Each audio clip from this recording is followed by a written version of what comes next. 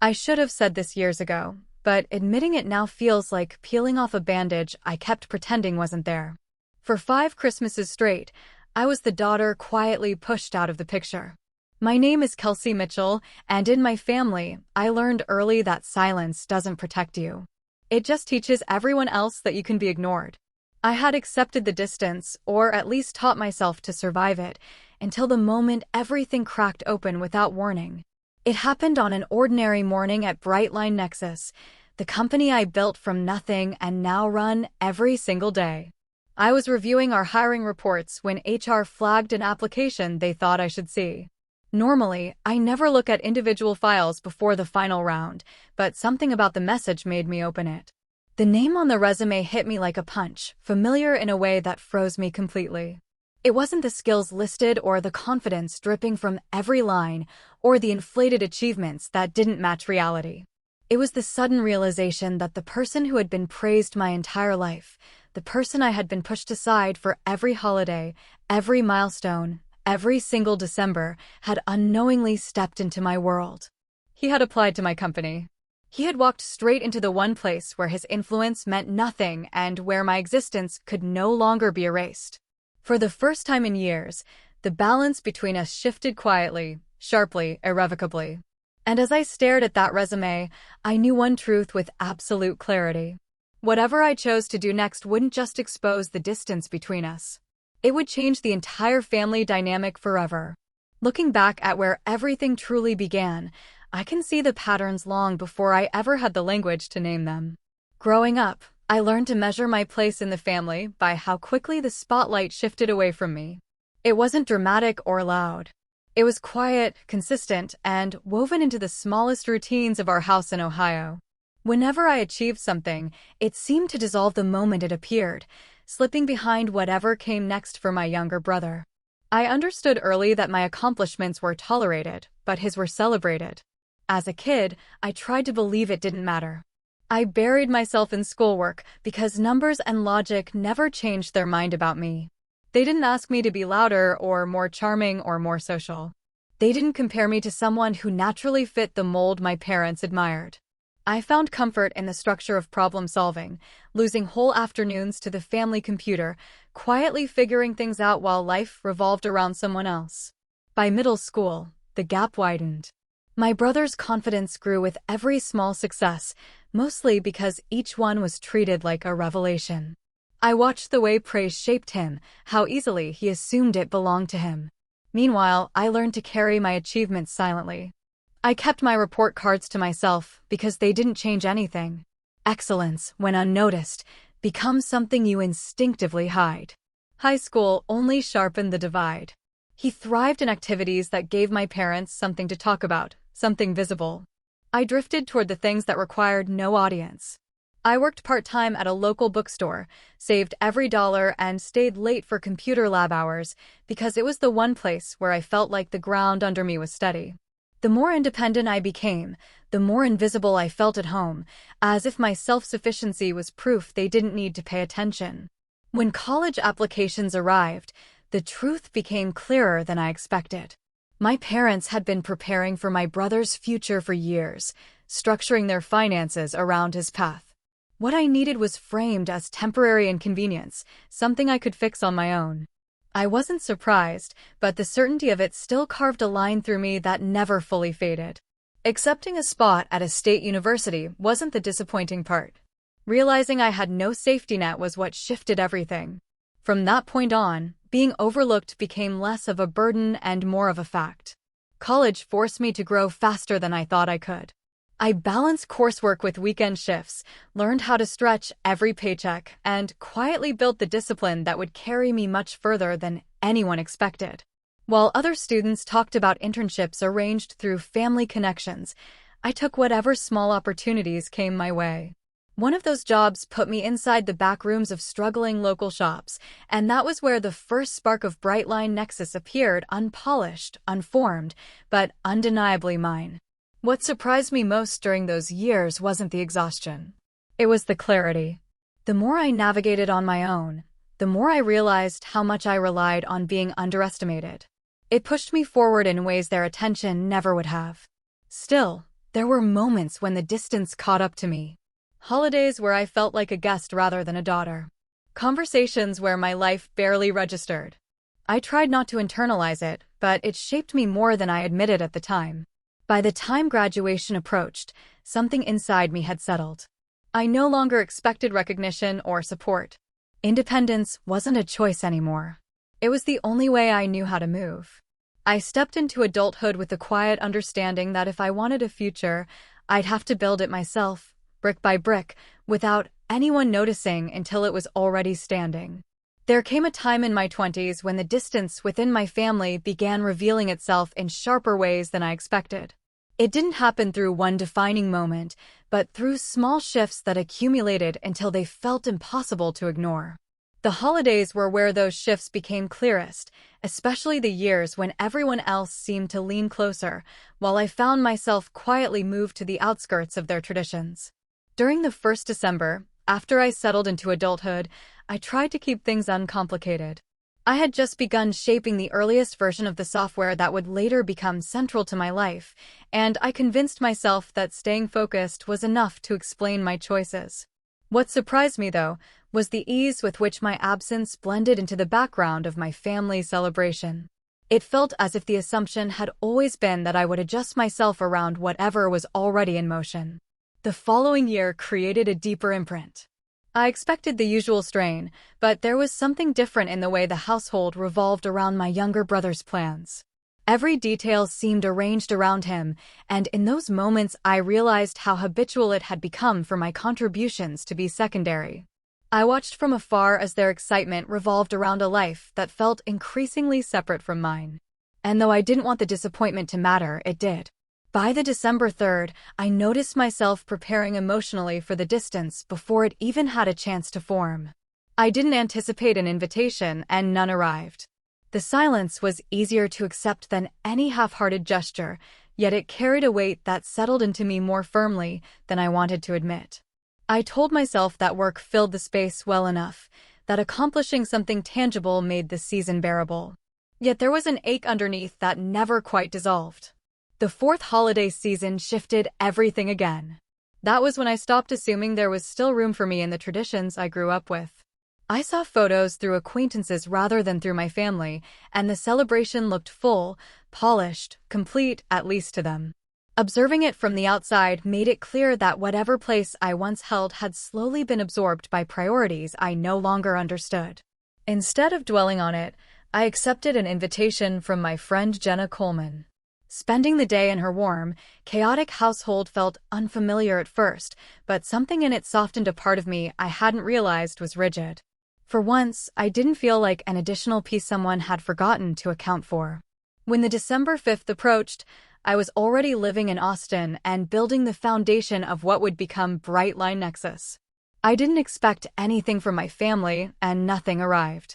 No message, no check-in, no acknowledgement that the day meant anything at all.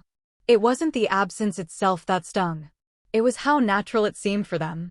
I spent that holiday with Jenna again, and although the quiet edges of hurt lingered somewhere inside me, I felt myself settling into the understanding that closeness isn't guaranteed by blood. Sometimes it's formed by the people who choose to stay. Those 5 years altered something fundamental in me. The gradual exclusion taught me not to wait for recognition that was never meant for me. It taught me resilience, yes, but also a clearer view of where I stood. I stopped expecting invitations into spaces that no longer had room for me, and I stopped trying to earn a place in dynamics that had been shaped long before I ever understood them. By the end of that 5th December, I carried a steadier version of myself, not detached, but no longer reaching for someone else's definition of belonging. I learned to let the distance settle without letting it define me. And in doing so, I began understanding the strength of building a life that didn't rely on being seen by people who had never truly looked. The years that followed carried a momentum I hadn't anticipated. Almost as if the decisions I made out of necessity began unfolding into a direction I hadn't fully allowed myself to imagine. Moving to Austin marked the first time I chose a place entirely on my own terms. I hadn't planned for it to feel liberating, but the shift became a quiet turning point. Without the weight of old expectations, I had room to grow into someone I barely recognized. Someone capable of creating something real from the ideas that had once kept me company late at night. Settling into my first job in the city gave me structure and perspective. It was modest, but it exposed me to the world of small business technology from angles I hadn't seen before. I learned how problems materialized in the daily operations of local shops, not from grand failures, but from tiny inefficiencies repeated 1,000 times. Watching people try to keep up with constant demands sparked something in me that only grew stronger with time. I saw how tools could lift some of that weight, how thoughtful design could carve clarity out of chaos. That curiosity worked its way into my evenings where I kept refining the earliest version of the system that would later define my work. As my professional life slowly expanded, the contrast between my path and my brother's became more pronounced. He moved through jobs that seemed to drain him more than they shaped him. Yet, somehow he remained the focal point of most conversations with my family. Their pride never wavered, even when his choices led him in circles. I didn't resent the support he received, but I couldn't ignore how deeply ingrained the imbalance was.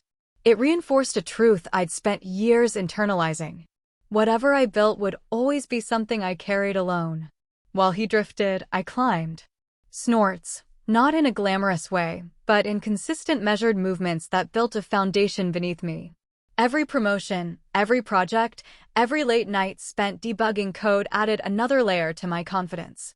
I began to see myself less as someone trying to prove her worth and more as someone capable of leading. Austin's energy amplified that feeling. Surrounded by people who believed in possibilities more than limitations, I started imagining what it would look like to turn my side project into a real venture. The moment I committed to developing Brightline Nexus was not dramatic. It was a quiet acknowledgement that I had outgrown the space I occupied. Launching it required everything I had saved and everything I had learned. But for the first time, fear didn't overshadow my ambition. I structured each phase carefully. Research, prototyping, testing with local vendors who were willing to try something new. Some days felt impossible, but progress moved forward in steady increments. As demand grew, I shifted from building alone to assembling a small team. Each person adding skill and perspective that strengthened the product. The more the company evolved, the more distant I felt from the family I came from. Not because of resentment, but because it became clear that they didn't understand the world I was stepping into. Our conversations stayed surface level, orbiting around my brother's life, his new opportunities, his temporary setbacks, and the renewed optimism my parents always held for him. I accepted their focus without challenging it, knowing that their vision of success had never included someone like me. What I accomplished wasn't invisible anymore, but it was filtered through a lens that minimized anything outside their expectations. As Brightline Nexus entered its first major growth phase, recognition began arriving from places I hadn't sought. Industry publications noticed the platform's impact on small businesses, and local tech circles reached out for interviews. To protect my privacy, I used the name Kelsey Lane in all public features, a decision that created a subtle boundary between my personal history and the life I was building. It allowed the work to stand on its own, untouched by assumptions rooted in the past. Watching the company strengthen felt like watching a version of myself finally take shape. No longer defined by what I lacked, but by what I had created. For the first time, I wasn't chasing validation or trying to fit into a space too small for me. I was growing solidly, quietly, and on my own terms. There was a particular stillness in the office on the morning the final interview was scheduled, a kind of focused quiet that made every movement feel more deliberate. I arrived earlier than usual, not out of anxiety, but out of a need to ground myself before stepping into a situation I had never imagined facing. Even after years of building Brightline Nexus, I had never been confronted with something that blended my past and present so sharply. As I settled into my workspace, I went through the candidate summaries prepared by our hiring team. The role we were filling required precision, resilience, and a sense of structure under pressure. Qualities I valued because I had learned them the hard way. When Monica Ellis, our HR director, sent me the final confirmation for the interview schedule, I sensed her attention lingering on the name inside the file. She didn't question my decision to join the final round, But there was an unspoken understanding that this interview carried weight beyond what the hiring metrics could capture. Before the meeting, I reviewed the notes from the earlier rounds. The candidate had made bold claims about leadership, but demonstrated little evidence of the depth required to support them. There was an unmistakable pattern in his evaluations: confidence overshadowing substance, charm masking gaps, assertiveness substituting for clarity. The assessments pointed to potential, but potential untested, unrefined, and misaligned with the direction our company was moving toward. Knowing this only sharpened my awareness of how complex the next hour might become. When the time approached, I took a moment to study myself. I wasn't preparing to punish anyone. I wasn't even preparing to confront anything. I simply needed to honor the standards of the company I had built, just as I would with any applicant who walked through our doors. Yet beneath that conviction ran a quieter current, one shaped by years of imbalance that had left their imprint deeper than I often admitted. The interview would not change the past, but it would inevitably reveal something about how far I had traveled beyond it. I walked toward the conference room without haste, rehearsing nothing but carrying a calm resolve. Through the glass, I could see the candidate seated across from Monica, gesturing as he described an accomplishment that looked far more impressive on paper than in practice. His posture radiated entitlement rather than readiness, and I felt a faint shift inside myself. Not anger, not bitterness, but a recognition of how familiar that posture once felt in the home we shared. When Monica introduced me as the CEO, the sudden change in the candidate's expression made the air feel heavier. Shock tightened his features, and disbelief flickered in his eyes. For a heartbeat, the silence felt suspended between us, carrying the weight of years that neither of us had acknowledged. I had prepared myself to remain neutral, but witnessing the instant collapse of his assumptions stirred an unexpected steadiness in me. Not satisfaction, not vindication, just clarity. Throughout the conversation, I kept my focus on the work. I asked the questions required for the role. Questions designed to reveal capability rather than bravado. His responses shifted from confident to evasive, then to defensive as each question pressed closer to the gaps he tried to disguise. I recognized the pattern, not because I had seen it in him before, but because I had witnessed what happens when praise replaces discipline for too long. Beneath the surface, he had never learned to withstand pressure that didn't immediately bend in his favor. As the interview progressed, the room settled into an unmistakable imbalance, one defined not by authority, but by preparedness. I felt the divide widening with each incomplete answer, each attempt to redirect the conversation toward charm rather than competence. The contrast between us grew sharper with every passing moment. Not because of power, but because of the lives we had led and the choices that had shaped us. When I concluded the interview, I did so without ceremony. There was nothing more to uncover, nothing more to evaluate. The hour had revealed everything it needed to reveal, and the implications of that would unfold soon enough. There was no time to catch my breath before the shift began. The interview had barely ended when I sensed the storm gathering outside my office door. Not through noise, but through a tight, deliberate silence that carried the weight of someone trying to regain control of a moment that had slipped away from him. I knew the confrontation was inevitable long before he stepped inside. When he entered, his expression carried a tension I recognized instantly. Not vulnerability, but indignation. It struck me how quickly certainty transforms into panic when the ground beneath it proves unsteady. I watched him pace, assembling a version of the story that placed me at the center of a narrative I had never agreed to participate in. Even without words, the accusation radiated from him as though I had broken some unspoken rule simply by existing in a position he never imagined me capable of holding. The weight of his reaction created a ripple that extended far beyond the room. Within the hour, Daniel Mitchell and Cynthia Mitchell arrived at the building, each step echoing the urgency of parents summoned to defend a child. I wasn't surprised they came. Patterns that last decades don't fracture easily, and their instinct to protect him had never required context or nuance. What unsettled me wasn't their arrival. It was the realization that none of them had paused long enough to consider what their presence implied about the world they believed we still occupied. As they entered my office, the shift in their expressions was immediate. The reality of where they were standing forced a crack down the center of their assumptions. Yet they clung to the version of events that had always served them. I could feel the shape of their disappointment long before it settled on me. The familiar heaviness returned, the one that suggested my success was an inconvenience rather than an accomplishment. Their frustration rose quickly, carried not by confusion, but by certainty. They moved in tandem, fueled by a belief that my position required justification, as if I had taken something not meant for me. I felt the old dynamic trying to take root again, the one where I shrank to make space for their conviction. But the ground beneath me was different now. Years of building myself from the inside out had formed a steadiness that resisted collapsing under their expectations. Standing there, I realized how much distance lay between who I had been and who I had become. They demanded explanations, not for the interview outcome, but for the life I had built without their permission. Behind their urgency was a deeper truth. My autonomy had disrupted the hierarchy they had never questioned. The snorts, unspoken rules that I should defer, accommodate, adjust, felt foreign to me now. I no longer recognized the version of myself who once accepted them without resistance. The more their frustration unfolded, the clearer the divide became. They framed his shortcomings as temporary, circumstantial, unrelated to the reality he had demonstrated. They framed my decisions as personal, emotional, shaped by something other than merit.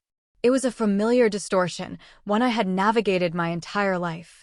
Yet standing there as a leader made it impossible to slip back into the quiet compliance they expected. Every memory of exclusion, every December where my absence blended unnoticed into the background, gathered inside me, not as anger, but as clarity. Their arrival in my office crystallized the truth that had been forming for years. I had spent too long carrying the consequences of their favoritism as if they were my responsibility. They had mistaken my silence for acceptance, my independence for distance, and my resilience for detachment. In that moment, I understood what I needed to protect. Not pride, not status. Boundaries. Boundaries I had never enforced because I believed enduring their imbalance was easier than confronting it. Now standing in the heart of the company I built, I felt the weight of those boundaries take shape for the first time. By the time the confrontation reached its peak, something within me had settled with unmistakable finality. I could no longer absorb the blame they were trying to hand me. I could no longer shrink to preserve a dynamic that had never preserved me. And though none of us spoke the words aloud, the air between us carried a truth none of us could return from. A quiet stillness settled in the days that followed, the kind that arrives after something heavy finally breaks open. Nothing felt celebratory, yet nothing felt uncertain either.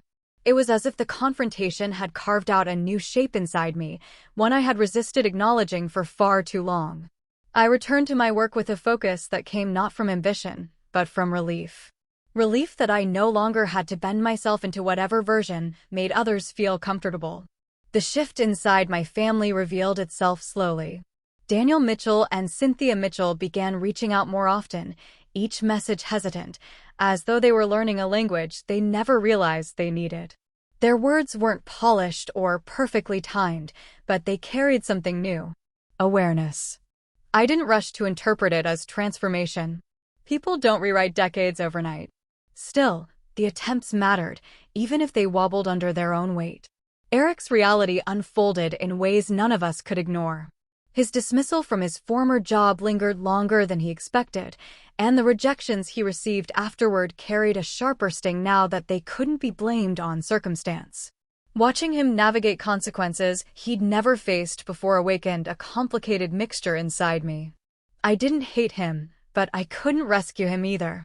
It wasn't cruelty. It was finally letting the world teach him what I never could. When he applied for the entry-level role at Brightline Nexus, the decision surprised me less than the sincerity that followed. He snorts, showed up not with bravado or excuses, but with a quiet determination that didn't resemble the version of him I once knew. I didn't praise him for it, nor did I hover. I gave him exactly what I gave everyone else: space to rise or fall on his own merit. Whether he succeeded or not was no longer a burden I carried. My parents' apology came in pieces, awkward, incomplete, but real in its effort. Each conversation nudged them one step closer to seeing me not through the lens of comparison, but as someone they should have recognized long ago. Their remorse didn't erase the past, and I didn't pretend it did. What it offered was something different. The possibility of rebuilding without rewriting history. That kind of rebuilding requires patience. And for the first time, I had enough of it to give. Despite the progress, an ache remained beneath everything. An ache for the years lost to silence. For the holidays spent alone. For the girl I had been who never understood why love felt conditional. Healing didn't arrive as triumph. It arrived as acceptance.